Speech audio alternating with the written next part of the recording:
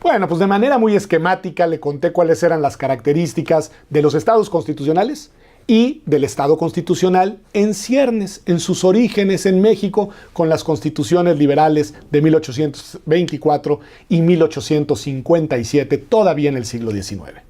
El problema es que no basta con diseñar buenas instituciones, y no basta con tener buenas constituciones, y no basta con que se reconozcan formalmente los derechos y con que se dividan en el papel los poderes. Las normas, las constituciones y las leyes tienen que hacerse realidad. A eso los abogados decimos tienen que ser eficaces, tienen que ser efectivas, tienen que bajarse a la tierra, tienen que llevarse a nuestra vida cotidiana. Y a la Constitución de 1857 no le fue bien en esa prueba.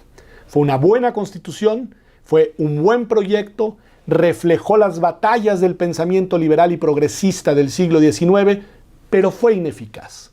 No sirvió para ordenar la realidad política mexicana, no sirvió para brindarle de garantías efectivas a los derechos, aunque se crearon figuras importantísimas, de las que México además es pionero en el mundo, como el amparo, que déjenme le cuento que el amparo es un recurso, un mecanismo, una especie de escudo de protección que tienen las personas contra los abusos del poder. Y quien le debe de dar efectividad a ese escudo son los jueces. De nuevo, la idea de la división de los poderes. Si se excede el Ejecutivo, entra el juez y te brinda un amparo. Por eso se llama el amparo de la justicia. Bueno, aunque esa figura también proviene del siglo XIX y forma parte de ese diseño institucional al que se apostó por el lado progresista y liberal del México decimonónico, lamentablemente la Constitución de 57 en los hechos, en la práctica, fue secuestrada por sendos momentos de autoritarismo, de Estado absoluto, en el cual, por más que la Constitución dijera una cosa, los gobernantes hacían algo totalmente distinto.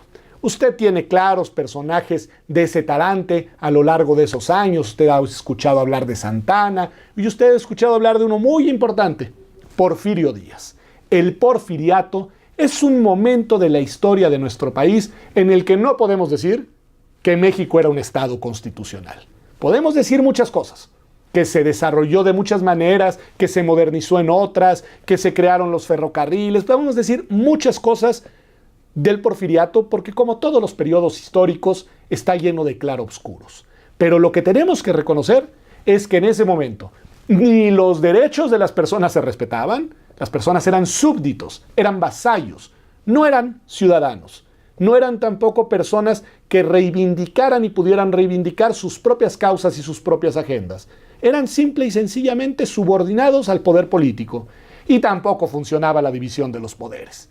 En realidad, allí el que mandaba era el general Porfirio Díaz y quien en algún momento por ahí lo sustituyó en el poder como su compadre, que en realidad solo le estaba cuidando la silla, Manuel González. El caso es que ahí era Porfirio Díaz el que mandaba y México vivía bajo un régimen de un Estado absoluto.